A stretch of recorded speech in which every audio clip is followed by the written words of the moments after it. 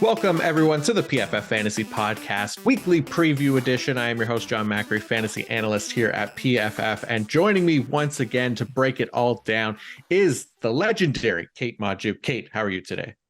I'm good. We've got 6 teams on a bye. So you know what that means, dire straits for your fantasy football team. So, there are some gems here that we're going to help you find in the weeds. We're going to get you a complete lineup, folks. We're going to do it. That's why we're here breaking down every game this week. But we can start it all off. We've got, an interesting slate. Some good games, some really ugly games. It's going to be a weird week, man. Yeah, it's probably going to be another weird week for sure. And yeah, we'll go through it all. And like Kate said, we'll hopefully find some of those maybe deeper plays as we go kind of game by game here and talk about matchups and stuff like that. And again, I'll put the timestamps in the episode description so people can find the games that they're looking for as well. And yeah, we'll try to hopefully find some of those bye week fill-ins. And we probably won't touch on the Tyreek Hills or the Travis Kelce's of the world because at this point in the season, we don't really have to go too deep into those guys. So more of the fringe options and matchup based stuff will be the primary focus. So yeah, looking forward to getting into it here. I do want to give a quick shout out to our presenting sponsor, Fabric by Gerber Life. Fall is all about the back to school and back to routine checklist. And the most important task on that list should be securing your family's financial future, starting with life insurance. Fabric by Gerber Life makes it quick, easy, and affordable to protect your family so you can get back to enjoying life. Fabric was designed by parents for parents to help you get a high quality, surprisingly affordable term life insurance policy in less than 10 minutes. Fabric has flexible policies to fit your family and your budget with quality policies like $1 million in coverage for less than $1 a day. Get your personalized quote in just minutes and then apply when it's convenient for you. It's all online and on your schedule. You can go from start to covered in less than 10 minutes with no health exam required. Join the thousands of parents who trust Fabric to protect their family. Apply today in just minutes at meetfabric.com/fantasy. That's meetfabric.com/fantasy, meetfabric.com/fantasy. Policies issued by Western Southern Life Assurance Company, not available in certain states. Prices subject to underwriting and health questions. All right, Kate, let's get into it here and start things off with Thursday night football, where the Jacksonville Jaguars and the New Orleans Saints take the stage. Who do you want to talk about first in this one? You know what? Let's rip the Band-Aid off. Let's get the Saints out of the way because I feel like we know like what the Saints are or what they are not at this point. We have seen such, I feel like, different types of play from the New Orleans Saints to this point. Jacksonville Jaguars, not necessarily a pushover defense either. So like, which version of this New Orleans Saints are we going to get? Can we, just plan to fire up Alvin Kamara? You fire up Chris Olave, but even that been kind of inconsistent. So like, what are we expecting here? Yeah, it's the Saints are kind of a weird team, right? But like you said, I think you start Chris Olave, the Jaguars. I think they're 6th best matchup for opposing wide receivers for fantasy purposes. They've allowed the 2nd most passing yards against this season. They've allowed 9 passing touchdowns, which is tied for 7th most as well. Jacksonville's played a decent amount of red zone snaps this year as well. I think tied for 5th most. So Olave, somebody, just 1 touchdown on the year. I think I like him to get another one this week against Jacksonville. Ooh. Would be nice on a Thursday night to get some offense. And then, Kamara is interesting, but it does seem like Jamal Williams is expected back coming off his hamstring as well, which kept him on IR for 4 weeks. It'll be the first game of him and Alvin Kamara together. So I think that probably cuts a little bit into Kamara's rushing workload for the rest of the season. I don't know how much it plays into this week with it being his first game back, but I'd expect to at least see Williams on the field and getting some touches, at least to kind of get eased back into action. Yeah, I think you're definitely feeling more confident for Alvin Kamara so far, in like full PPR formats. It not exactly groundbreaking news, but Kamara's actually averaging a season or a career high 8.3 targets per game this season, which is, I think, flown a little bit under the radar, averaging 17 rush attempts per game, which you mentioned. A lot of that has to do I think with the absence of our good friend Jamal Williams, who loves to come in and steal goal line work, as we saw all last season long with the Detroit Lions. So time will tell if that translates here to, this team as well. But, I think you're probably most comfortable starting Alvin Kamara in that PPR setting, but otherwise not necessarily a running back I'm super excited to start this week. Yeah, I don't think I would be starting Jamal Williams. I would want to see at least what that usage is in the first game back, coming off the hamstring injury. So I would be avoiding Jamal Williams this week. But yeah, I'm fine starting Alvin Kamara 100%. He's been excellent. What if anybody else on the Saints that's worth talking about? Because like you said, they have kind of been a weird offense. I think Michael Thomas, potentially it can make it into starting lineups, especially considering the amount of bye weeks that there are this week. There's at least potential for some volume there. Although, it's a decent matchup, but it's not like this amazing lockdown must start matchup either, right? Yeah, Thomas averaging almost 8 targets per game at this point, just under 55 receiving yards per game, still seeking his first touchdown of the year. Now, I'm the biggest known critic of Derek Carr probably in the world, but touchdowns aren't really his jam. So, how much faith I have that this offense in general is going to, bounce back with like bunches and bunches of Chris Olave and Michael Thomas touchdowns. I don't necessarily buy it, but if you're in a pinch, it's really hard to find a viable wide receiver that's going to see, 6 to 8 targets in a given week. Yeah. And this is a suitable matchup to play into that. Nice. Yeah, that's a good call. How about on the Jacksonville side of things? So Trevor Lawrence got banged up last week with his knee. Obviously, a short week made him questionable, but it does seem like he's expected to play, which is a good thing. But how do you feel about this Jacksonville passing offense going against the Saints this week? Not feeling great. I think you still start Calvin Ridley. You still start Christian Kirk. You still probably start Trevor Lawrence, but this is one of the league's better defenses right now. And I have a little bit of concern just based on, even if Trevor Lawrence is in the lineup, how much is this knee injury actually going to hinder his movement? Is he going to still be able to navigate the pocket and escape pressure? How will that aspect of this translate? Because the Saints aren't pushovers on defense. So I think you play the players that are playing, but I think you temper expectations for all Jaguars across the board here up against the Saints defense. Yeah, I'm with you. I think that's kind of what concerns me is how well this Saints defense has played, especially against the pass, right? And it might be a week where you can't afford to be picky, but for those offenses or lineups that maybe do have some flexibility this week, I am a little bit concerned about the Jaguars passing offense, guys like Christian Kirk, even Calvin Ridley, really, who was wide receiver 56 last week. So just another down week for him. But Saints are allowing just 5.88 passing yards per attempt this season. That's the fifth best mark in the league. They're the 7th best in yards after the catch allowed per attempt. They're also the 2nd most man-heavy defense in the league, and they're allowing just 5.5 yards per coverage target while in man, and a first down or touchdown on just 28% of those man coverage snaps. Both of those are 2nd best in the league as well. So a little bit of concern there, especially for guys like Calvin Ridley, like I said, who hasn't had a ton of success against man coverage this season. So I do worry that it could potentially not be a great game for the Jaguars passing offense. But again, if you can't afford to be picky, that you're probably starting them anyways. But if you can, there might be some better options available to you. So anything else from this Thursday night game, or should we move to the Sunday slate?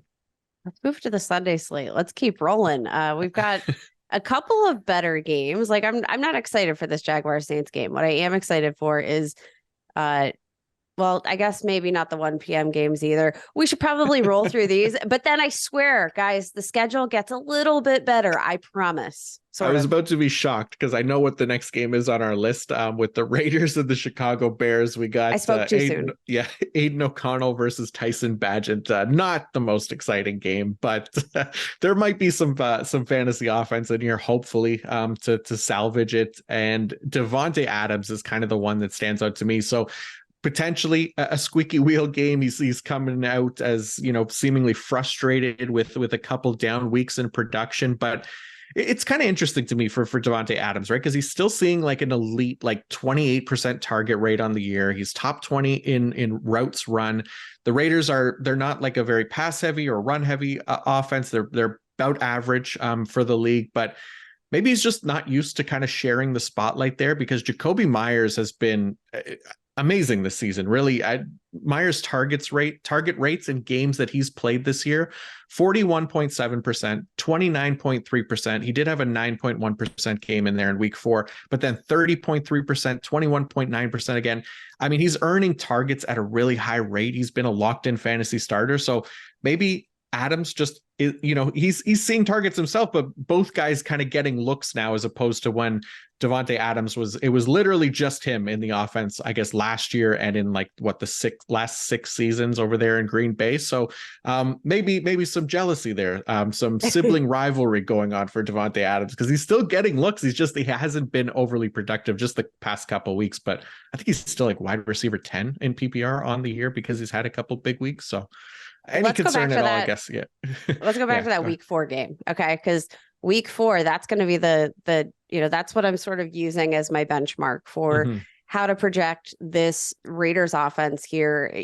Obviously, if Jimmy Garoppolo were to be active, you would be eating this matchup alive. Like you start all your players against the Bears, regardless of position. But you'll remember that week 4 was actually the first week that Jimmy Garoppolo missed. It was Aiden O'Connell under center, had 39 pass attempts, 24 completions, 238 passing yards, an interception, took 7 sacks on the day, 3 fumbles, 2 of them lost. Like, this was not pretty, but you know what was pretty?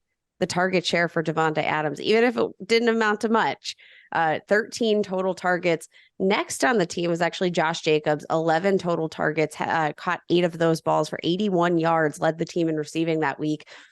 Jacoby Myers actually only saw 4 targets in that game. And I think that part of that, like, you have this rookie quarterback who is looking to try to get the ball out fast, especially knowing how many sacks he's taking. He's getting pressured. Davante Adams might be your first read most of the time. And, if Davante Adams isn't there, if he's not open, I think he's defaulted to the check down. And I would not at all be surprised if that were the case. Obviously, I don't expect him to be under nearly as much pressure this week.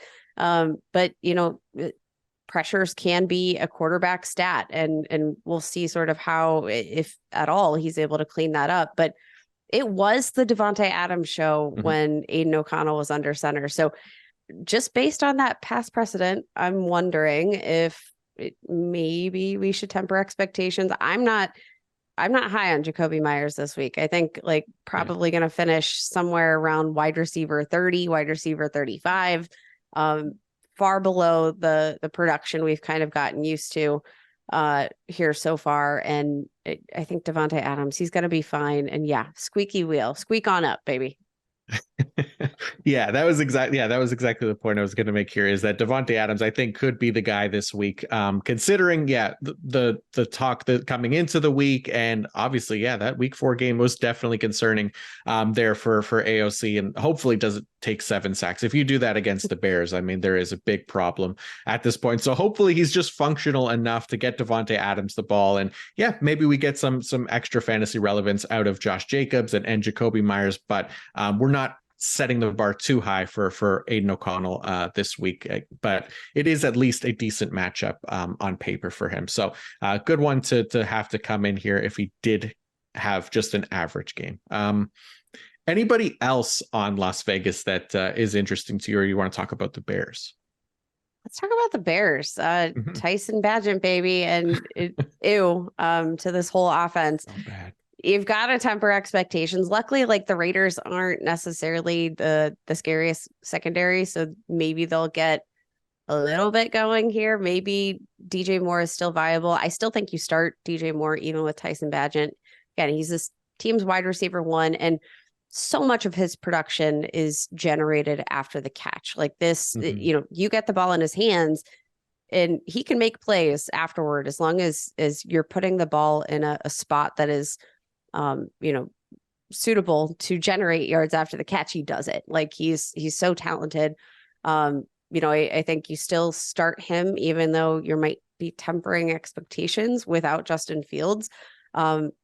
Roschon Johnson coming back from concussion potentially could be in a really interesting spot, especially if this Bears offense gets off to a slow start.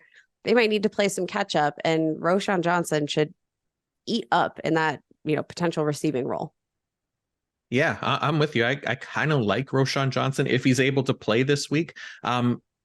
Game script wise, it could work for him either way, really. If it's a close game, I think he comes in and has the chance to lead the Bears backfield in carries. And then, like you said, if they're trailing for any reason, then he's actually been the receiving down back as well, and been efficient and effective with his touches. So I like Roschon Johnson. He's still, I guess, technically in the concussion protocol. Hasn't been cleared yet, but as long as he does so, I guess before Saturday, I think it is, he should be fine. So he did miss last game. Hopefully comes back this game. But Raiders too, allowing 4.3 yards per attempt this season, tied for 21st, and 7 rushing touchdowns allowed as well, which is tied for 25th. So decent matchup for Roschon Johnson, the Bears backfield, whoever does get the start there. So yeah, there's not a lot just to talk about this Chicago offense. I'm with you. I think you start DJ Moore and potentially Roschon Johnson, but outside of that, I am And then you staying away. pray. Yeah. As somebody that has to start Tyson Badgett in a 32 team league this week, Oh I do no. need prayers.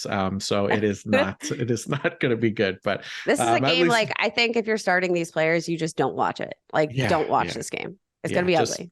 just hope for the best. Yeah, it's Yeah. All right, let's go on to the Cleveland Browns at the Indianapolis Colts. So this one, it did come out today. According to Browns beat reporter Amari Cooper, Deshaun Watson is expected to play this week, or at least he's expected to practice, which could lead to him playing. So shout out to Amari Cooper for the scoop on that one. But yeah, this is any interest in Deshaun Watson going against the Colts, and I guess the Browns passing attack, right? Because this isn't, a bad matchup for them at all. So if Watson is back. Yeah, I don't love this matchup just from like a game script perspective. Like, from a pure game script perspective, I worry that the Colts are not going to be able to score a ton of points. The Browns are going to be incentivized to run out the clock. They've got Jerome Ford, who's playing, pretty solid football, even though it hasn't been like that top 5 fantasy running back. Like, he's playing good football. You have Kareem Hunt, who saw an uptick in involvement here in week 6. Like you want to target the secondary, I think, but I'm just wondering how much stock you can really put in to, Cleveland's need to throw the ball. You start Amari Cooper, but outside of that, I'm not bought in on Deshaun Watson. So much of what has sort of made him a viable fantasy asset is, part of what he can do with his legs, the plays he can make when scrambling. But, I don't know with this shoulder injury, again, it's been kind of a weird one. Like, we don't know how healthy he is. We don't know if there's like a pain tolerance. Like, we really, I feel like, have been kind of in the dark regarding the shoulder injury. Yep. And it just has me a little bit worried that might, kind of dial back that willingness to take off on scrambles, take big hits. Like, probably going to want to get the ball out quickly and kind of avoid taking any of those unnecessary sacks. And that might not be conducive to a great fantasy day for Watson, even if on paper, this is a pretty decent matchup. Yeah, no, I think that makes perfect sense. And yeah, I'd be worried about, because it's a bizarre situation with whatever is going on with that shoulder and Deshaun Watson over there. But I think there's, maybe some potential for them to kind of find different creative ways to work around that. Like you said, quick passes and things like that, but finding a way to supplement the run game as well, maybe screen passes to Elijah Moore, getting Kareem Hunt involved a little bit, increasing his workload a little bit, like you said last week, and Jerome Ford as well. The offensive line was blocking a lot better last week against the 49ers, which was surprising too. So there's maybe some potential there for the run game to get something going. The Colts have allowed 9 rushing touchdowns this season, which is tied for the second most. So that is at least somewhat interesting for somebody like Kareem Hunt, who saw all the red zone carries and snaps last week.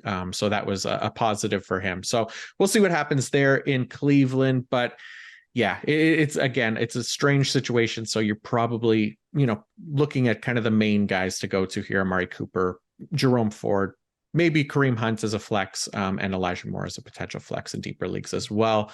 How about on the Colts side of things? We got another week of Jonathan Taylor and Zach Moss together on the field. We talked about it last week. We did expect Jonathan Taylor to get more involved in the backfield. That did happen. Zach Moss was the one that scored the touchdown, though, and had a better fantasy day. So how are you feeling about the backfield this week going against a very good Browns defense? Though the fantasy points were scored by Zach Moss, just kind of largely by product of the fact that he had the touchdown. We did see a decrease in snap share for Zach Moss, and we saw an increase in snap share for Jonathan Taylor, which I think just kind of starts to signal what direction you're heading in.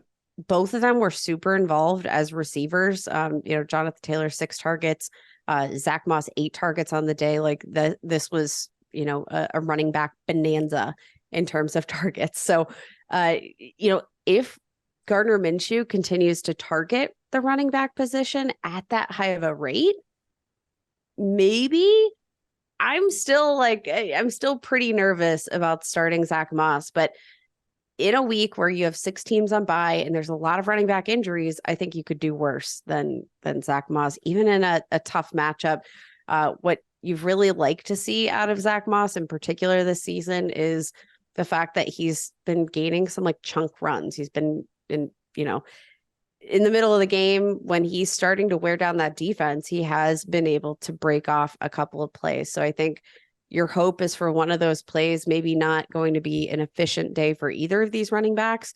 The hope is going to be that they fall into the end zone, not expecting a ton, but again, given the landscape of where we're at right now, really hard to find better options at this point. Yep, that makes sense to me. And yeah, I think it was like a 25% combined target share for the running backs last week with Gardner Minshew under center. So really nice stuff there. Obviously, you'd love to see that kind of continue here. So I'm with you on Zach Moss and Taylor. The other player somebody that I'm slightly concerned about this week for the Colts offense is Michael Pittman, going against this Browns defense, which has been, the metrics have been flying around there. They've been one of the best defenses in the league, one of the best defenses in recent years. They're the most man-heavy defense in the league. They're allowing a positive EPA per play rate of 26.2% of plays. Just 27.9% of plays have resulted in a first down or touchdown. Both of those marks rank first among the league's defenses. They're allowing just 3.69 yards per coverage snap and 5.2 yards per coverage target. Also top marks in the league. Pittman has managed just 0.30 fantasy points per route run, which ranks 53rd, and has a 65.5 receiving grade, which ranks 50th against man coverage this season. So I know we're going to talk about, deeper options that we could plug in here. This is one where maybe I'm avoiding this week, Michael Pittman against the Cleveland Browns defense, because they've been so good. And again, with Gardner Minshew at quarterback there, I don't have full trust in him just yet. So I am a little bit concerned, at least for Gardner Minshew this week. Yeah, this whole pass attack, I think, is going to struggle a fair amount. Now, if you're in a full PPR format, Michael Pittman has been kind of a target hog, 10 plus targets in 4 of 6 games this season, 8 plus receptions in each of those games. So from a volume perspective, probably going to be hard to beat Pittman. But again, if you are deploying any of the Colts assets, especially against this defense, I think you have to temper expectations for any sort of production. that might translate to 8 catches for 50 receiving yards. And like, you're probably just going to walk away happy with that in a full PPR format. But, in standard leagues, he's a heck no for me. Yeah. Yeah, it's one of those like be happy with what we get kind of weeks, I think, for a lot of different receivers and fantasy options, just considering the amount of options that we don't have this week. So another game here, the Atlanta Falcons and the Tampa Bay Buccaneers. Where else do we start? Is Kyle Pitts back at this point? He top 10 finishes at the position the past 2 weeks. Do you think it's safe to go back in the water with Kyle Pitts at this point? Because it always feels dicey with him. As soon as we fire him back up into our lineups, he's going to be an absolute dud. Yeah. You play Kyle Pitts because why not? But, I think probably the more interesting storyline here is Jonnu Smith, who continues to be performing very well. You have a quarterback in Desmond Ridder who's leading the league in touchdown rate to the tight end position, passing rate to the touchdown position. He is just absolutely peppering these tight ends with targets, regardless of Kyle Pitts's performance. Jonnu Smith is kept toe and toe with Kyle Pitts every single week. Overall tight end 8 on the year. I think you also probably continue to file in Jonnu Smith, which sounds disgusting, but if you're hurting for a tight end position, I think you could do worse than Jonnu, and he's available in the majority of fantasy leagues right now, which is kind of crazy considering how well he's performed. Yeah, I think it's one of those situations, right, where people just kind of expect Kyle Pitts to 1 week he's gonna take over and Jonnu Smith's gonna fall off the map again, but it doesn't seem like that's really going to be the case. It doesn't feel like there's been any signs of that so far. The Bucs defense, they do have a couple of decent tight end erasers over there, and Levante David at linebacker, Antoine Winfield at safety as well. So could potentially be a tougher matchup. But like you said, Desmond Ridder has been targeting these guys at a decent rate here. So that part of it itself is at least encouraging. So you could potentially be putting them in your lineup. I am putting Kyle Pitts back in the lineup this week, and that will naturally mean that he goes back to a 1 catch for 26-yard game for sure. Well, hey, they're basically deploying these guys as wide receivers. Jonnu Smith playing more of that tight end role, but the Bucs allowing the 8th most fantasy points per game to the wide receiver position. Plenty of big plays, I think, to be given up there. 190 receiving yards, 5 touchdowns on the year, or 190 receiving yards per game, 5 touchdowns on the year. This has been a fine matchup for players on the outside. I think this could be a really nice opportunity for Drake London to continue his string of productivity, which, again, this is one of those teams where it hasn't been pretty. If you're watching the game, you are clenching your butt cheeks and hoping for the best, but they're scoring fantasy points, which is all that matters. So yeah, like you said, it's been ugly. Desmond Ridder has been really bad. 47.2 passing grade on the year, which is 35th among 35 quarterbacks. 14 turnover worthy plays, tied for the most among all quarterbacks. Hopefully it's Taylor Heineke time soon. It feels like we could potentially be heading down that road at some point as well. So that's just another thing to kind of keep in mind there. How about on the Bucs side of things? I have Rachaad White as somebody to kind of talk about here because I don't love the matchup for Rachaad White. The Buccaneers offensive line, they've earned a 53.1 run blocking grade this season. That ranks 29th. They've also only generated 0.5 rushing yards before contact per attempt, which is the worst mark in the league. Atlanta is one of the better defenses as far as, allowing points to the running back position. I think they're fourth best fourth worst opponent for running backs. And yeah, Rachaad White, I don't think he's one of the better running backs, at least at creating yards after contact. He hasn't really shown that a lot this year. And when he's contacted 2 or fewer yards from the line of scrimmage, he's averaging just 2.4 yards per carry, which is 41st among running backs. And it just doesn't stand out as a good matchup to put Rachaad White into lineups this week. Again, these things are coming at bad times of the year because we have 6 teams on a bye week. But again, for those that can afford it, Rachaad White is somebody that I am not interested in this week. Yeah, this is a tough matchup. He's averaging over 17 scrimmage touches per game. So like you love the volume, but super inefficient. And that strings back to last season. Like nothing's really changed in that regard. It's not totally his fault. He's not playing behind the best offensive line, 5th lowest run blocking grade so far this season. It's probably going to be a generally a tough matchup. Calais Campbell, Jesse Bates, playing a huge role in the run blocking game for this defense. It's not a great spot to be in, right? No. If you can afford any other options, I say yes. Again, it's going to be a volume game if you play White, where you're really just kind of fingers crossed that he falls into the end zone. But this, for a running back who's already struggled with efficiency, this is not the matchup to target for sure. Yeah, no, 100%. I'm with you. Anybody else on the Bucks that's interesting to you for this week? You're playing your Chris Godwin, you're playing your Mike Evans, and I think, that's as far as I want to take it. The Falcons generally have been a pretty solid defense, so I'm not overly excited. I'm not going to get too cute with Baker Mayfield, even if he is getting angry and waking up feeling dangerous. I'm not gonna pull on those threads here. I'm gonna stick to the basics with the Tampa Bay Buccaneers, not get cute, and just survive the week. I think that's a good way of looking at it for sure. I'm perfectly fine starting Mike Evans and Chris Godwin. I know Mike Evans is coming off 2 weeks outside of the top 40 PPR wide receivers, but not concerned about him. I think he has a decent matchup to kind of bounce back this week. Not an amazing one, but I think there's definitely potential in there. So let's go on to the Buffalo Bills and the New England Patriots. Where do you want to start with this game, Kate? Let's start with the Bills, because I feel like the Bills are like they're very straightforward, right? You play Stephon Diggs, you play Josh Allen, you play Gabe Davis.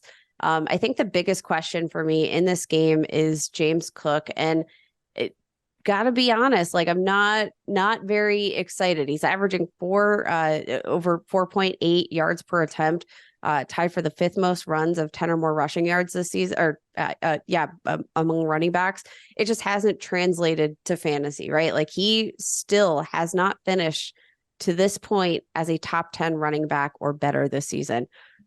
He's so explosive. He's fantastic. But the Patriots, like for as many struggles as they've had on offense, like they're still a decent matchup, in terms of their ability to defend the run, allowing a league low 0.97 yards before contact, allowing just 3.48 yards per rush attempt to opposing running backs. Like just 2 running backs in so far this season have scored more than 12 fantasy points. It was Raheem Mostert and Alvin Kamara in weeks 2 and 5, and both of them needed at least 19 touches to do it. That is not Dalvin Cook's game, or oh my gosh, James Cook's game. My Cook's brothers. But that like volume is not the name of the game for James Cook, unfortunately, in this offense. And I think, in order to actually produce, we'd probably need to see a fair bit of volume that I'm not counting on here in week 7.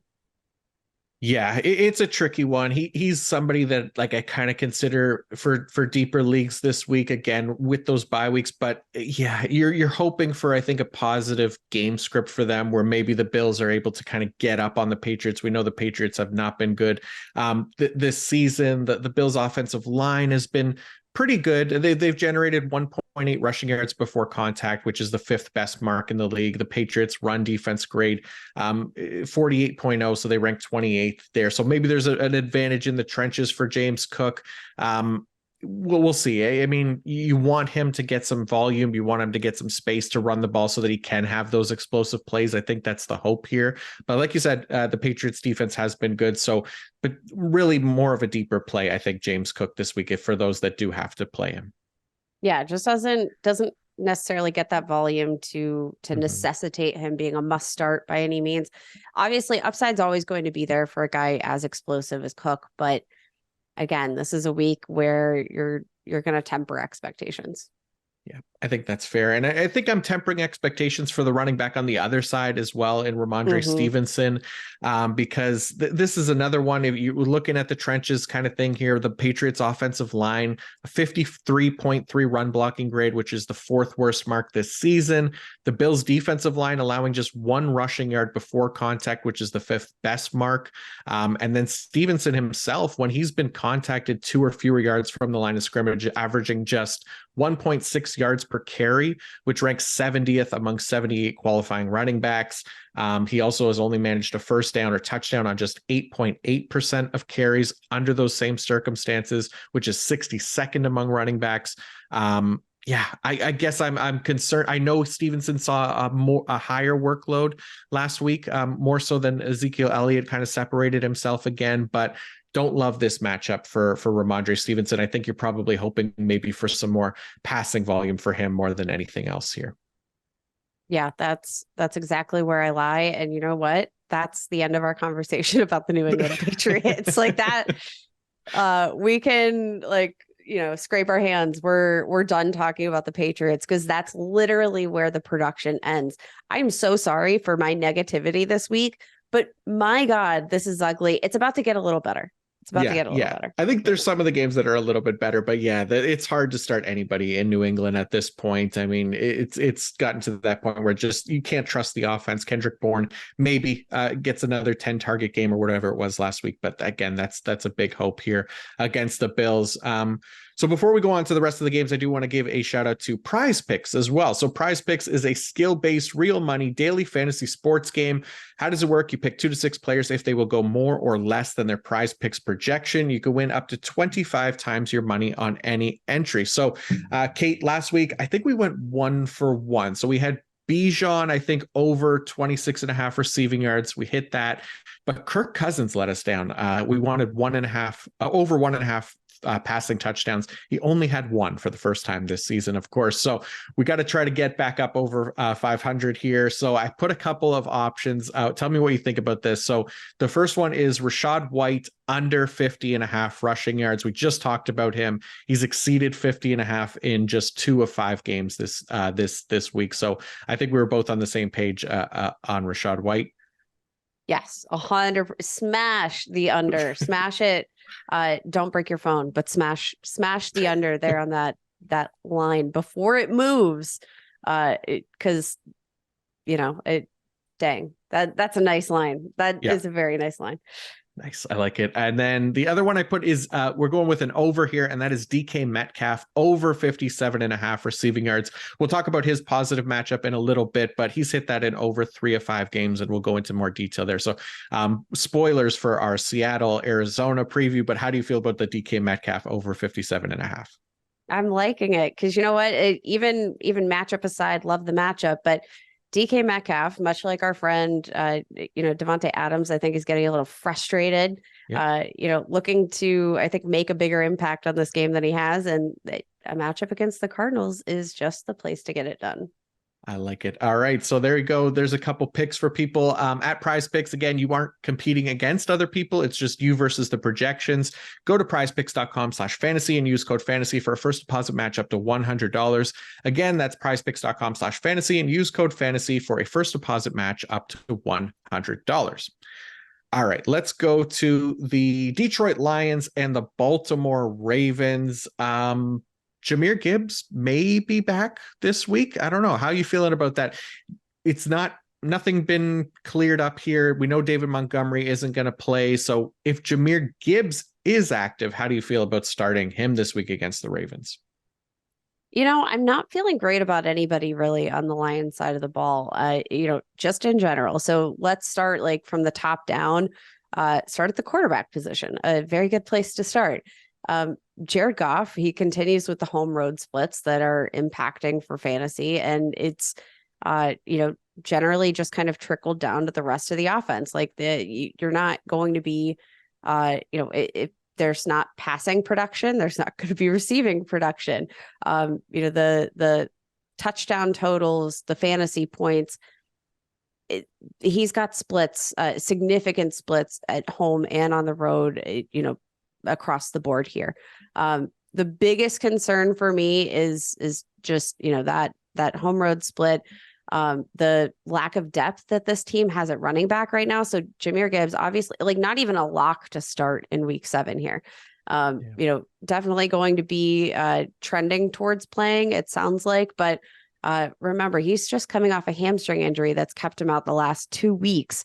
Was generally kind of more inefficient than I think you'd like to see in the one game he started without David Montgomery this season. There's not a lot of depth.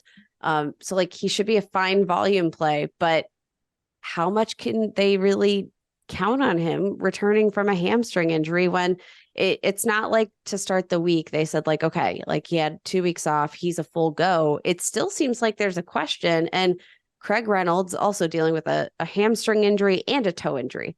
This team is kind of a disaster. Obviously, like, you're playing Amon-Ra St. Brown. I think everything else is kind of a dart throw, though. I don't know necessarily what to expect from this Baltimore Ravens defense. It hasn't been a great matchup on paper, but when you look at the quarterbacks they've faced, a not healthy Joe Burrow, Gardner Minshew, Kenny Pickett, like, hard to evaluate just how tough they'll be against, some better competition. But again, Jared Goff averaging just under 23 fantasy points per game at home in Detroit, just under 16 fantasy points per game on the road. And that has me nervous.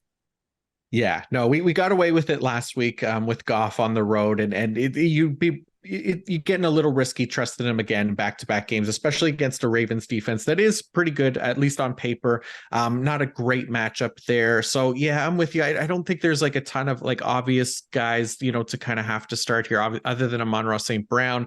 Concerned about the running backs for sure. I don't know how good I'd feel about starting Jahmyr Gibbs, like you said, coming off that hamstring, but you have to start him if he plays, but like, yeah, just because of the usage last time that we saw when Montgomery was out, right? Like, that's the one thing that I think is going to stick with people if Gibbs is active, right? Is that usage when Montgomery was out? He kind of dominated the touches, which was nice to see. So yeah, but it's hard. Coming off the hamstring injury is definitely a concern. But then, yeah, Josh Reynolds was the other person I think that is kind of interesting to me. Again, maybe one of those deeper plays. The Ravens, they are a good defense. They're a man-heavy defense, but Reynolds has had significant success against man coverage this season. He's earned an 87.5 receiving grade versus man, which is the 9th best mark in the league.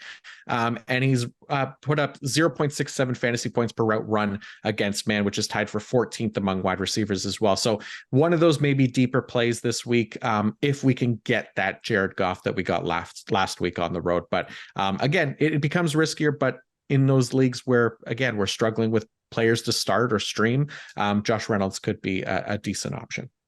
I like that. Been super efficient with the limited volume he's had, ranked second on the team in receiving yards, averaging 17.9 yards per reception. Like, sure, what better dart throw? Like, there are not a lot of players that you can throw a dart at that are available on your waiver wire this late in the week. I think he's a fine play if you find yourself in a pickle. But again, just not generally excited about this offense to speak. Yeah, no, that's fair for sure. And how about the Ravens offense? Is there anything on Baltimore that kind of stands out to you as like an obvious, start? Or, I mean, like, we're starting Lamar Jackson. We're starting Mark Andrews. Zay Flowers has basically established himself as their clear wide receiver one, right? But anybody else that you'd want to start this week against a pretty good Lions defense? Yeah, I'm not starting either of these running backs. This has kind of just been a split. Like, I know in weeks past, we've talked about the fact that, like, yeah, Justice Hill has been the recipient of, some receiving work, some work, around the goal line. That's great. But this Lions rushing defense is no joke this year. They have officially gone from like one of the defenses in the league where you start literally every single player that you have going up against them at every position, because they just leak these fantasy points. But to date this season, averaging just 10 fantasy points per game allowed to the running back, that ranks dead last among all defenses. they are right up there in terms of difficulty in run defense, right with the Eagles, the Browns. Like, those are matchups that you consider fading most running backs against. And that same testament is true now for the Detroit Lions in 2023. Yeah, they've been excellent this year. So I'm with you. I'm not really starting anybody for Baltimore outside of the obvious picks there. So let's go to the Washington Commanders at the New York Giants. Anybody that you want to start with in this game of the battle in the NFC East here?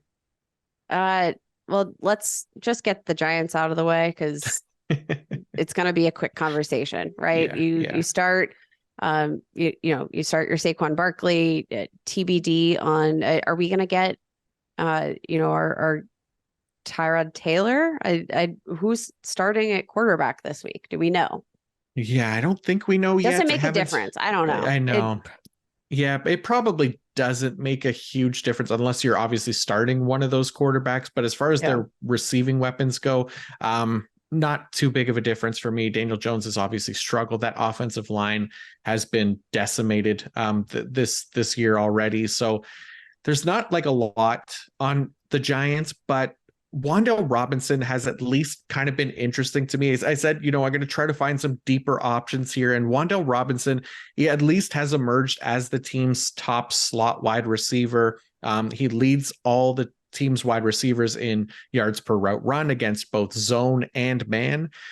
He's also seeing a high-end target rate against both coverages. He should have, I think, a decent chance to produce this week as a potential flex option in those deeper leagues and for those teams affected by bye weeks, injuries, and stuff like that. So Wan'Dale Robinson, kind of my like sneakier play of the week against a defense that isn't necessarily scary, I guess, for him. Going up against the Commanders, even though there are some good pieces there. Yeah, I really like this play. Robinson's coming off a season high 8 targets in week 6. Played really well. And again, like this defense has just been like hemorrhaging yardage to opposing wide receivers.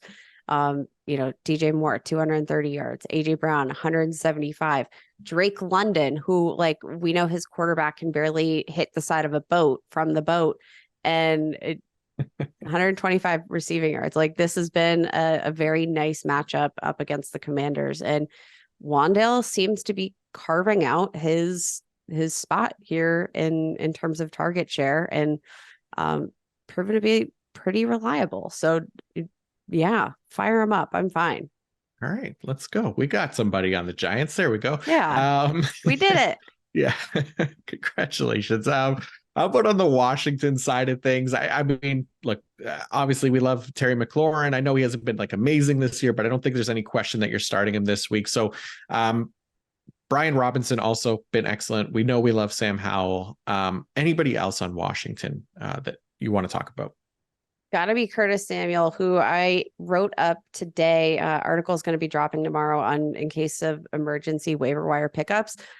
Curtis Samuel should not even be on your waiver wire, let alone be available to pick up in more than 50% of both Yahoo and ESPN leagues. Like, so disrespectful for a guy that has just been absolutely killing it, slowly becoming, one of Sam Howell's favorite targets, tied for the most red zone targets on the team so far this season. He's really kind of coming into his own. He's got some touchdown upside.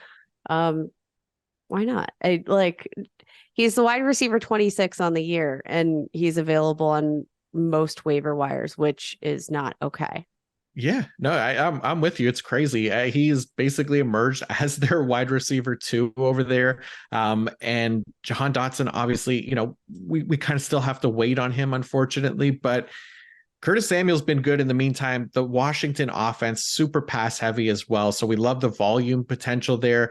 Going against the Giants defense that, again, another one of those man heavy defenses, but they're not necessarily good at playing man coverage. They're among the 10 worst man defenses in first down and touchdown rate allowed, yards allowed per coverage target, and explosive play rate allowed. So I like Curtis Samuel again this week.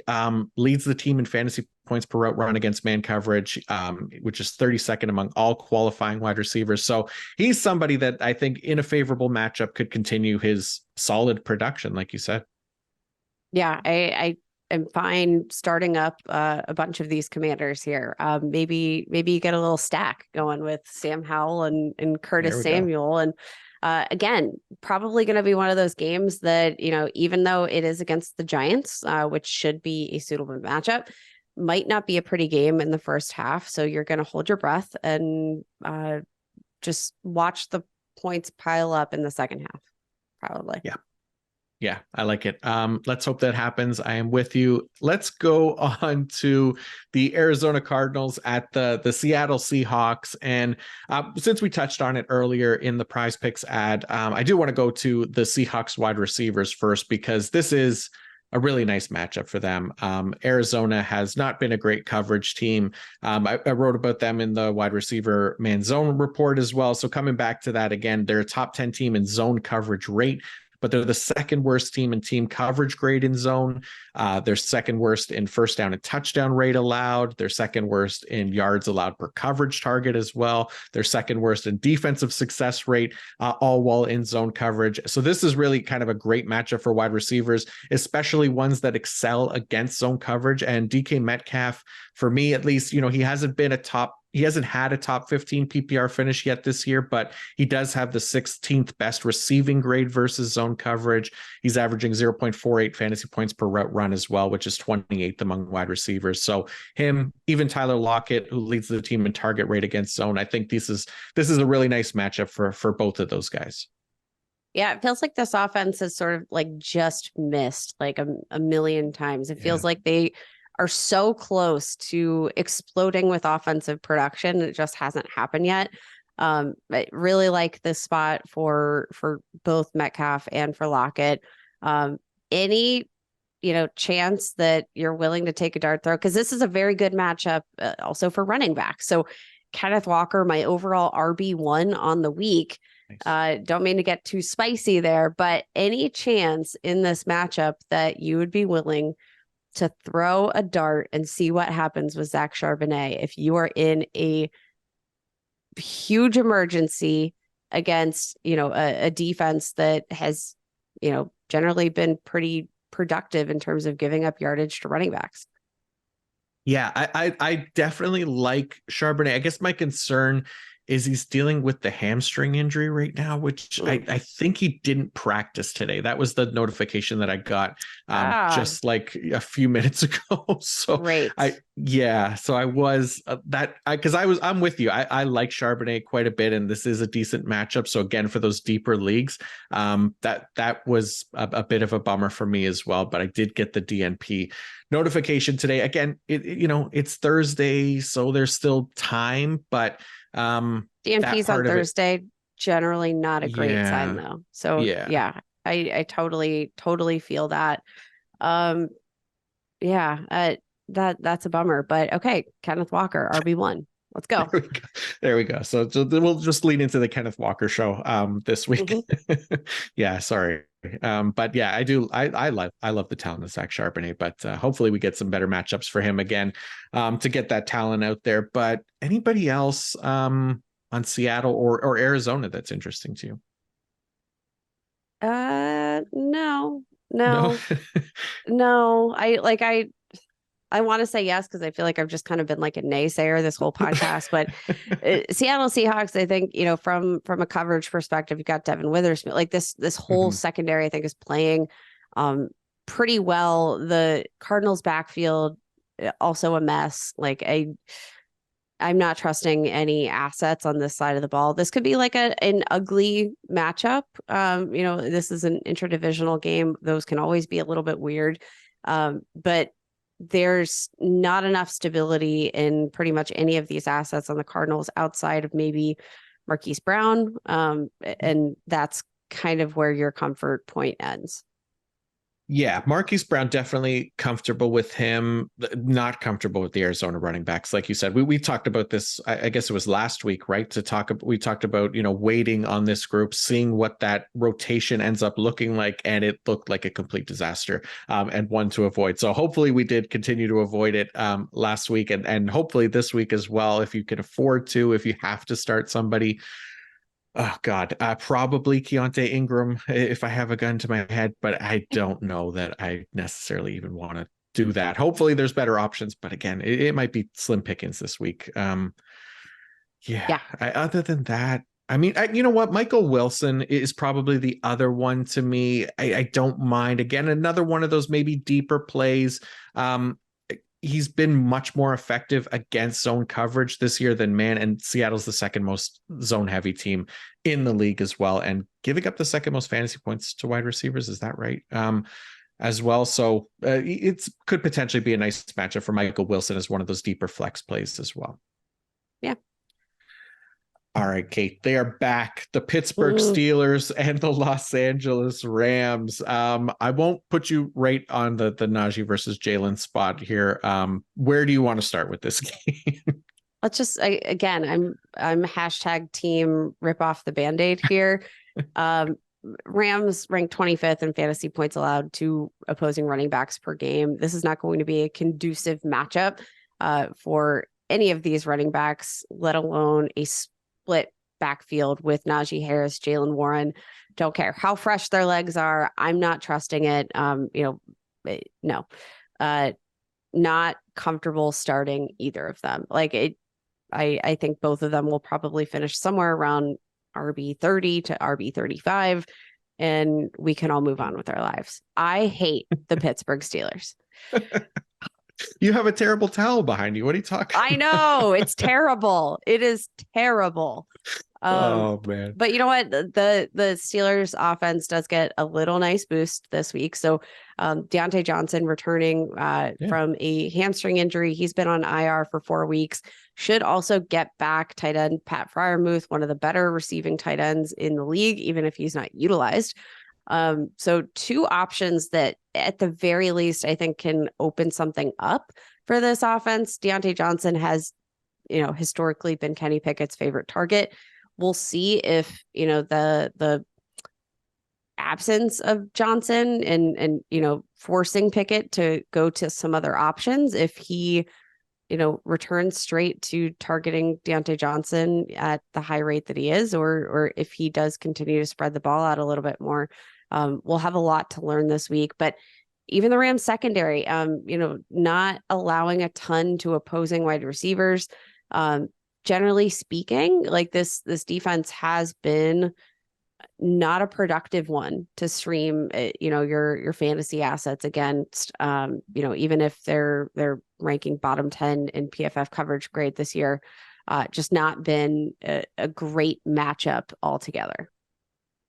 Yeah, not ideal. It is nice that we're getting Deontay Johnson back. I think I like Deontay Johnson slightly more like rest of season, but maybe not so much this week coming back off again, another person with a hamstring injury in their first game back. So I don't love that part of it, but it is nice that we get Deontay Johnson back because I do like him as a player. But yeah, if you have to start one of them, if you're choosing between 2 of them, George Pickens, I think, has looked great. So that's the only thing is the matchup, like you said. The other thing here, how about on the Rams side? Anybody that's of interest to you for the Rams? Like the Rams running backs, I think, are going to be another one of those groups that, like Arizona, going to be a little bit messy. Kyron Williams, as we know, is out. So it's Zach Evans, Royce Freeman, Darrell Henderson. Do you have a preference if you have to start one of these Rams running backs?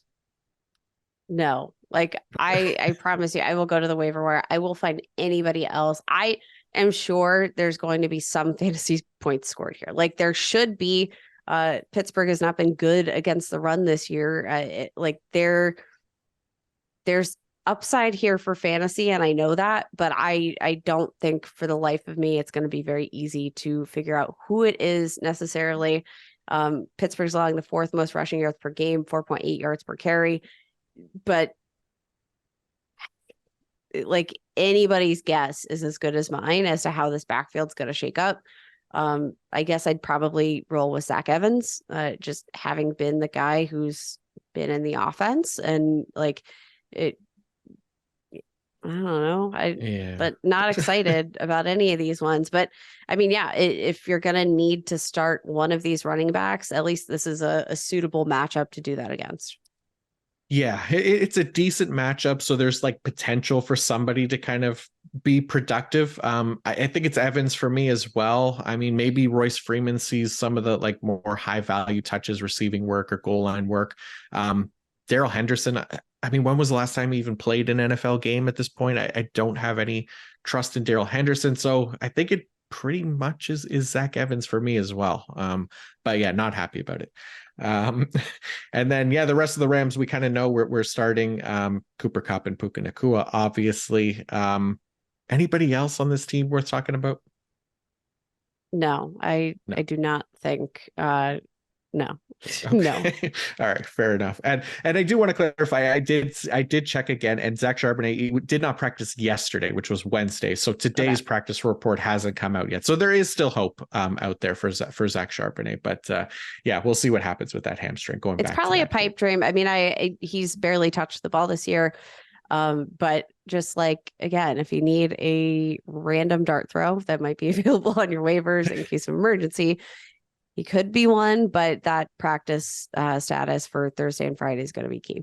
Yeah, for sure. And I'm assuming, yeah, you'd prefer Zach Charbonnet over Zach Evans if given the choice. Ooh, I'll probably take Zach Evans. I think the matchup is just as fine, not as good against the Steelers, but it's pretty darn good. So I'll take the chance that maybe Evans will emerge as the lead guy. I know for sure Charbonnet is not going to be the lead guy, right? But there's a chance Evans will, so I'll roll the dice in his favor. But I'm not thrilled about either, to be clear. It makes sense. All right, one more ad break here, and this is from Manscaped, who has taken a step up from Balloween to bring your face the cleanest shave it's ever seen. So this season, no need to toil and trouble. Manscaped's all-new Handyman is the best way to get rid of that stubble. Featuring a compact design and next-gen skin-safe technology, the Handyman was designed to give you that smooth finish without the mess of a traditional shave. Get the sweetest treat this Halloween by going to manscaped.com and use code PFF for 20% off plus free shipping. For wet or dry use, feel free to bring this anywhere and everywhere. The compact design and airplane friendliness makes this the perfect travel tool for on the go, and being able to shave up to 3 days growth without the mess of a wet shave is priceless. And for my wolf men with a little more scruff, Manscaped's Beard Hedger Pro Kit has everything you need to tame your mane. Get 20% off and free shipping with the code PFF at manscaped.com, 20% off with free shipping at manscaped.com with the code PFF. For a look as sweet as candy, get yourself the Handyman from Manscaped. All right, let's go on to the Los Angeles Chargers and the Kansas City Chiefs. Finally, a game we could at least be excited about this week. Kate, how do you feel about the matchup here between the Chargers and the Chiefs? And is there anybody that you want to start with in this game for fantasy purposes? Should we go back to Rashee Rice, our favorite guy on the Kansas City Chiefs here? Like, obviously, you're starting Patrick Mahomes. You're starting Travis Kelce. Duh. Yeah. But Rashee Rice, I still think, is a viable option. I feel like we've said it every week. He seems to be the guy, but I'm just saying he kind of seems to be the guy.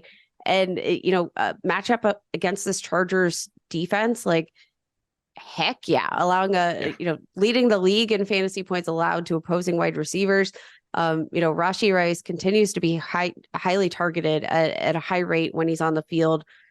Justin Watson, who's, kind of functioned as a starting wide receiver, surprisingly, suffered an elbow dislocation. So he's not going to be playing. I do think that this might be the real breakout game for Rashee. I know the team just traded for Mecole Hardman, to bring him back, but I really think this is still a sweet spot for Rashee Rice, who, he looks good. He is the best wide receiver on this team right now, including Mecole Hardman. And Travis Kelce is looking for him when he's on the field. So I'm going to continue to roll in that direction. Yeah, no, I agree, and I was so annoyed with the Mecole Hardman trade. When I saw that come across, I was just like, they are determined to not give Rashee Rice more than 50% of snaps, no matter how many times Mahomes throws him the ball when he's out there. So hopefully Hardman isn't that involved this week, because I'm with you. I love this matchup for Rashee Rice. I mean, the Chargers, again, like you said, they're giving up a ton of points for fantasy wide receivers. Rashee Rice has been super effective, especially against zone coverages, which is Chargers have been deployed at a top 10 rate. Yeah, Rashee Rice, 0.80 fantasy points per route run against zone, which is tied for the second best mark in the league with Cooper Kupp and behind only Tyreek Hill. So Rashee Rice right up there, obviously unlimited snaps, but yeah, Mecole Hardman being there. I mean, I appreciate you as a person, but please stay out of Rashee Rice's way this week for the sake of my injury riddled and bye week riddled fantasy teams. Hopefully we can get Rashee Rice into lineups. But yeah, that is there's not like obvious anybody else on the Chiefs offense. I mean, we're starting Isaiah Pacheco, right? And we're starting, like you said, Travis Kelce, Patrick Mahomes, and now Rashee Rice, hopefully. How about on the Chargers side of things? Anybody that stands out that's worth talking about for you on Los Angeles? I'm not that excited about the Chargers. I know they're going to score points. I know that every time the Chargers and the Kansas City Chiefs play, they score points. Every single time they've met since Justin Herbert's first career start, which came against the Chiefs, these two teams have combined for 51 or more offensive points. Like this is there's points to be scored. The Chiefs, they're a challenging defense, but they're beatable. Probably depends on, again, how healthy Justin Herbert's feeling. He couldn't take any snaps under center last week, which kind of, that shifts your game plan a little bit there. But you're starting Justin Herbert, you're starting Austin Eckler, you're starting Keenan Allen, who's probably going to have 5 million targets in this game. The biggest question is Josh Palmer. What are we doing with Josh Palmer? Yeah, been kind of an underwhelming fantasy asset, I think, considering, him taking over that wide receiver 2 role in this offense with Mike Williams out. And this is not like a great matchup for Josh Palmer specifically. I love it for Keenan Allen and Justin Herbert, but Kansas City, going back to the man zone report, their man heavy defense, their top 10 best defenses in defensive success rate, explosive plays allowed, yards allowed per coverage. They're really good when they're in man, and Josh Palmer has not been great against man coverage this year. 62.6 receiving grade, which is 63rd, and 0.38 fantasy points per route run, which is 38th. So more of like a wide receiver 4 type for me this week more than anything. So I don't love Josh Palmer as much as I would the rest of the Chargers offense. Yeah, I think that's totally fair. There's a good chance that we see Keenan Allen finish this would be his fourth finish as a top 5 wide receiver this week. I think it happens once again. You love to see that volume. He's been so safe this year too. Only finished as a wide receiver 3 or worse once this season. So you're loving that. But yeah, as far as these secondary assets, I don't think this is like a matchup to necessarily target. So, if I'm in desperate need of a streamer, I'm going to try to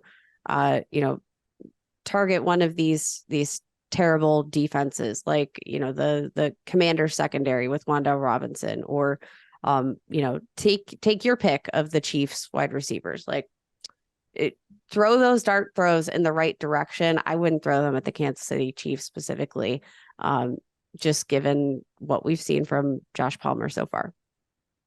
Yeah, agreed. And there is another potentially strong matchup for wide receivers here because the Green Bay Packers are playing the Denver Broncos this week. So, Kate, how do you feel about this potentially being like the first big Christian Watson game of the year? I mean, you stream everybody against the Denver Broncos. Doesn't matter what position you're in. Now, this is a game that I have pegged for Aaron Jones. He's I think my RB4 overall in the week. I think this is a very big spot for him. He seems pretty healthy coming off the injury. They had a bye, so a little extra time to get some rest there. But by all accounts, he seems healthy. So counting on that, I think they're going to be able to run the ball, but continue on some of that efficiency that they started with this offense. Like that's where the fantasy production kind of came from early in the season, was through the touchdown efficiency. This could be an opportunity to bounce back in that regard, and get the wheels turning. I still think you kind of just take your pick of which wide receiver you're going to throw the dart at. And I'm not a huge fan of either, like just in terms of like long-term outlook. But I mean, really, the matchup tells you to take a chance on one of these guys, maybe whoever's available on your waiver. Yeah, it's hard not to like a lot of the Packers offense this week. And maybe it's not a wide receiver, and maybe it's a tight end for the Green Bay Packers, right? I mean, Denver, the best fantasy matchup for tight ends. They've given up 3 touchdowns to tight ends this year. Which is tied for the 4th most. They've given up 14 passing touchdowns in totals, which is the most this season. So maybe Luke Musgrave gets his first touchdown of the season as well. So we've been waiting on that one. He's been productive, but just hasn't found the end zone. I do like this. If I'm going for another anytime touchdown, Luke Musgrave is my pick for this game. So, but yeah, I like the Aaron Jones call for sure. I mean, we saw what he did in week 1. He was RB1, and then obviously was just eased back into action, right? The last game that they played on the short week, going into the bye week as well. So hopefully he's had enough time to rest and recover. Should take back those RB1 duties, because again, this Denver defense is terrible, and there is absolutely opportunity there for some fantasy production. Even like Jaden Reed, kind of interesting for the Packers. If you like those kinds of players, that you're looking for those kinds of players. Denver's given up a touchdown on 6.3% of plays from the slot, which is the 4th worst mark in the league. So, but maybe a potential sleeper play there in Jaden Reed as well. I like that. What about the Denver offense? What do we do? I was afraid you were going to ask. Yeah, like what do we do with Courtland Sutton and Jerry Jeudy? Because they have been up and down, not even really up, just kind of mid, down. Right? So yeah. How do you feel about these guys this week against the Packers? Jerry Jeudy, dude, that was a really rough outing. He's finished outside of the top 30 in 5 of 6 games so far this season. Just been a literal disaster for fantasy purposes. So not comfortable touching Jerry Jeudy, in any stretch. It's actually been Courtland Sutton who's been relatively safe in comparison here. Wide receiver 3 territory for Courtland Sutton. Not really looking to target any of these guys. The only matchup I'm kind of intrigued on is the matchup on the ground up against the Packers, who have been a perfectly fine matchup against the run this year. So maybe they can get something going there. Jaleel McLaughlin, interestingly enough, in Javonte Williams' return from injury, led the running back core in receiving routes run, which is kind of intriguing. He, didn't see it, I think saw 2 fewer touches on the day, but still was very involved in a way that I did not expect. So could be maybe a sleeper play there, given the Packers, overall rushing defense. But yeah, the rest of the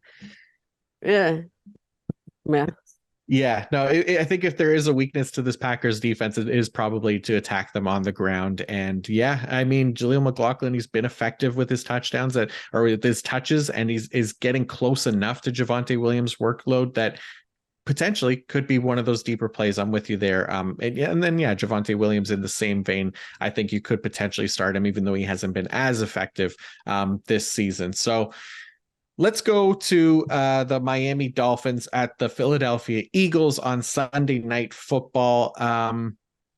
Where do we start here with this one? Because I mean, look, this is obviously the most obviously. There's really not a lot to talk about for the Miami offense. Obviously, we're starting them, right? It's Tua, Tyreek, and Waddle. We start those guys. Raheem Mostert. too explosive to bench at this point, even going against a good Eagles defense. And look, the Eagles secondary is banged up as well. Darius Slay, I think he was limited in practice this week. He didn't play last week. Reed Blankenship, their top safety, got injured last week. He didn't practice. Their other starting safety, Justin Evans, is already on IR. Bradley Roby has been their slot corner the past 2 weeks. He got hurt last game as well. I mean, it's a very good Eagles defense, but there are at least going to be some potential holes here. So you're not too scared if you're playing anybody on the Miami offense.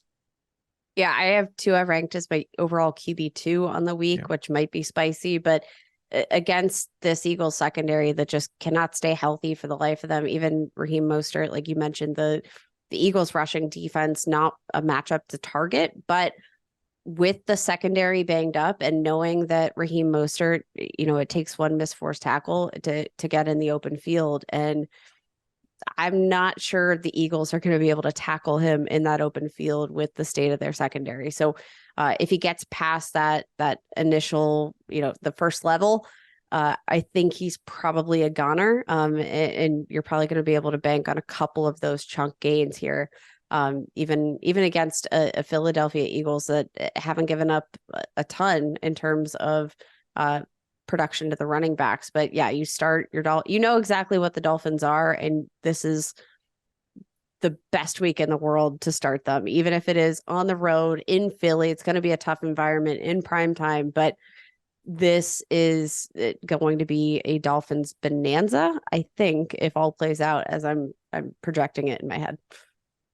Yeah, I like it. I mean, I'm excited for this one on Sunday night. There should be plenty of fantasy goodness, even on the Eagles side, potentially. But Devontae Smith has kind of been, I guess, concerning over the past week. So how are you feeling about Devontae Smith? Because it's been the AJ Brown show recently. Do you feel like it's time to panic over Devontae Smith's production or lack of production here in this Eagles offense recently? I am a little bit worried. Obviously, I think there's just going to be some inconsistencies in this offense. Like it's always the AJ Brown show, and then it's going to be a mix of Devonta Smith and Dallas Goedert. The only thing that concerns me, we saw Devonta Smith miss practice on Wednesday. He did return in a limited fashion on Thursday, which is a plus, but dealing with a hamstring injury, which you just don't love to see. I'm not concerned. He seems pretty confident that he's going to be playing on Sunday Night Football, but the potential, for a limited snap count or just not being at 100% seems to be realistic. Yeah. Yeah, it is a little bit concerning for Devontae Smith, and we maybe could have had a better week last week too. He had that really bad drop in like the middle of the field. There was nobody within 20 yards of him, but maybe there's still potential there for the big play. I don't know. There's still leagues where I'm going to be starting Devontae Smith. Obviously, it's still hard to kind of bench him. But yeah, I'm with you. There's still a mix of targets to kind of go around there outside of AJ Brown. So if you do happen to have better options this week, maybe there is somebody that you prefer over Devontae Smith. But I don't know. It doesn't feel like there's a lot for me. I think probably low end wide receiver 2 type going against Miami. Rashee Rice or Devonta Smith. Oh man. Yeah. Because I'd go with Rashee. Are you? Okay. So yeah, that's how bullish I'm feeling about Rashee versus how concerned I am about Devonta Smith. And my concern for Smith, it's not long-term. I think that's going to be part of the ups and downs of this offense. I think that's kind of what you're just expecting from Devonta Smith. You're going to have wide receiver 1 weeks and then you're not. And that's part of the rotation, but that's how maybe confident I am in Rice to knock it out of the park this week. Yeah, that is tough because I do love Rashee Rice this week, but I think I'd still go Devontae Smith. Although now you talked about that hamstring injury and it's concerning me too. I don't know. I'm staying out of this one. I'm going to play Devontae Smith, but I'm not going to go too much into it here. All right. I'd still like Rashee Rice as well. All right. Anything else from this Sunday Night Football game that you want to go over? No, I think again, we kind of know what this is. The only note I kind of have is, in part because of that hamstring injury, even if we do see Devonta Smith fine and he's playing, um, maybe that's a bump for Dallas Goedert. So maybe that might give you a little bit more confidence there, just that he's going to emerge with some increased usage, perhaps if Devonta Smith is limited at all, but not necessarily a given. We'll see how the week plays out. Keep an eye on the practice reports for Devonta Smith, but yeah, that's where I'm at. Okay. No, that's a good point for sure. And yeah, that it's these hamstring injuries. They're absolutely brutal. They're the devil. Yeah, they really are. It's just going to be such a pain to kind of have to deal with this season. So let's go on to Monday Night Football, where we hopefully don't have any key injuries in this. Oh, wait, Christian McCaffrey is questionable. And of course, it's on a Monday night, so who knows if we'll get any clarification before then. Hopefully, fantasy managers have a Jordan Mason or an Elijah Mitchell to work as a backup plan if you also have Christian McCaffrey. But I don't think they're not going to get the usage that McCaffrey is going to get. I think we could very well see kind of a split between those two guys. If McCaffrey can't go, but how do you feel? Any kind of hope for Christian McCaffrey this week? Do you think he plays? I think he plays, but this has been kind of a situation, like the team has been generally kind of quiet about this injury and in the updates. So not feeling super great, on any end really. Yeah. It's staying one of those away ones, if possible. But if I had to pick one, I'd pick Elijah Mitchell. Okay. Yeah, that was going to be my next question. So yeah, even though Mitchell didn't play last week and we saw more Mason, feels like Mitchell's the better running back here, right? So I don't know. I think it would be Mitchell for me as well. I don't know. And Mitchell was coming off an injury too, so I think that played into it a little bit. But just be cautious is my best piece of advice. Yeah, hopefully you have somebody else that you could pivot to, but it's Monday night again, so there's not many options here. But also on San Francisco, Brandon Ayuk, couple down weeks in a row, potential maybe here for a bounce back. This Vikings defense ranks among the worst in the league in defensive success rate, while in both man and zone coverage. They run an average rate of each of those coverages. And Brandon Ayuk has been a top 10 fantasy points per route run receiver against man and zone. He's got top 5 receiving grades versus both as well. So really like this as a nice matchup for Brandon Ayuk for those starting him who have been down on his production over the past 2 weeks. Yeah, you fire him up, no questions asked. How are we feeling on George Kittle? I think maybe that's the biggest question here for the San Francisco 49ers outside of the run game. Been a wild ride if you are a George Kittle manager. Just last week, we saw this critical game situation. You lose your top receiving option, you lose your running back, both of whom combined for over a 30% target share so far this season. And yet still, George Kittle emerges with a total of 2 targets on the day. The ride of George Kittle is you're going to have 3 touchdown games or you're not. And the ones you're not going to have 3 touchdown games are usually pretty bad. He's had 2 top 3 finishes this year. Other than that, outside of those 2 games, he has finished as tight end 26, 32, 45, and 51. Brutal. Can you trust him? Like, do you just leave him in your lineup and pray every week? Like, at what point do we say, like, this is a liability for my team and my offense? Yeah. My fake offense.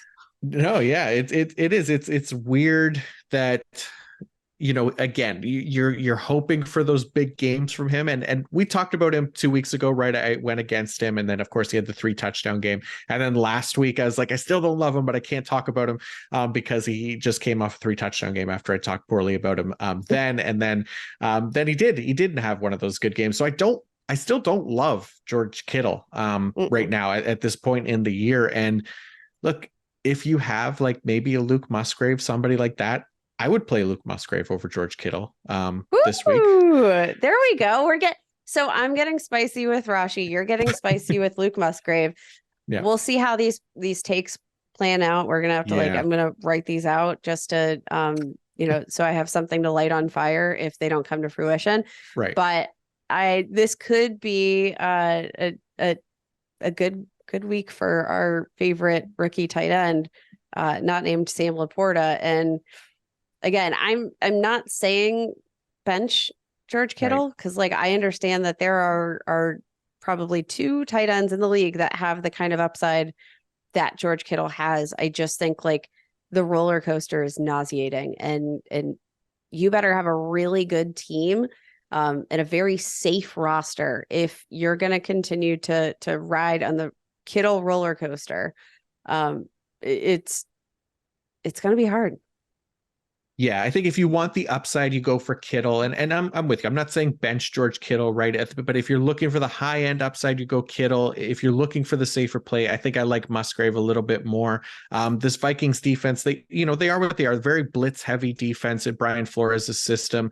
They run a lot of 3 safety looks as well out there, which could be tough for certain quarterbacks to play against. We saw Brock Purdy kind of struggle last week against another one of those good defenses last week in Cleveland. So maybe a similar type game script for George Kittle and company this week, I guess, would be my only concern. So that's more of the reason that I'm kind of down on him. Obviously, I'm not expecting 3 touchdown games from him anymore going forward, but there's always the potential that he could be heavily involved in the offense if that's the game plan they're going with. And like you said, it didn't happen last week with Christian McCaffrey going down. So we don't know if it's going to continue this week against Minnesota.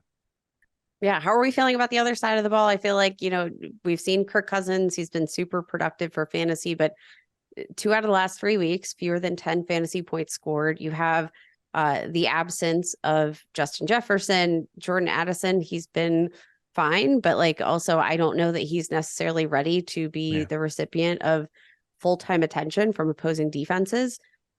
Can you trust any Vikings outside of TJ Hawkinson and maybe Alexander Madison as a volume-based play? Yeah, Hawkinson's the top option for me. After that, Madison just based purely on volume. But again, going against a very good defense in San Francisco. Mm-hmm. Addison is the one I think I'm lower on this week. I liked him last week. He luckily bailed me out with a touchdown, but just 28 receiving yards in a great matchup against Chicago too. So this week he's going against a team that has the best pass rushing grade defensive line in the league, the San Francisco 49ers. On pressured dropbacks, Addison seeing a target rate of just 13.6%, which is 7th on the team. And then even in his first game as the team's wide receiver 1 last week, he saw 0 targets on pressured dropbacks in week 6, that is. So yeah, I guess I think he could potentially be in for a similarly concerning stat line against the 49ers this week, Addison. Like you said, maybe not ready for that wide receiver 1 role just yet, but still a rookie, still like him long-term, but I don't love the matchup this week against the 49ers. Yeah, not loving this matchup in general. The Vikings are at home at least, and, dealing with fewer injuries than the 49ers maybe. But not a matchup to target for these Minnesota Vikings, even if you are in a position where you have to start them. Yeah, I'm with you there. Okay, anybody else in this Monday Night Football game you want to talk about, or we call it a show? I think we call it a show. This is a weird week. May you find fantasy points wherever you're looking for them, and if not, sorry. Yeah. Well said. That's the best I can do. It's the best I can do. We're in a tough week, man.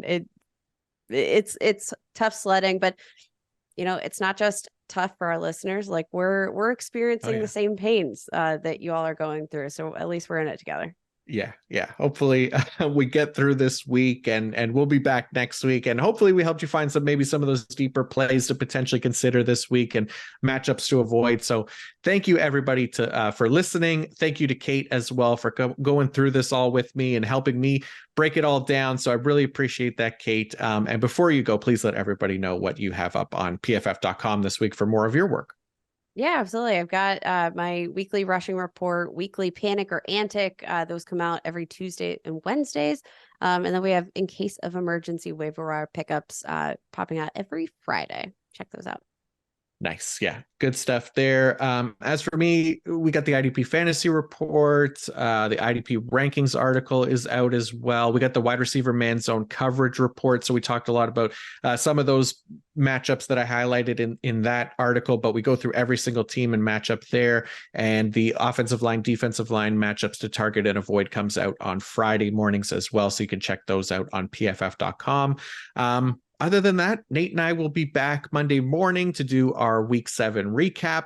And then Kate and I will be previewing week 8 next week as well, as always. So thank you all again for listening. And until next time, peace out.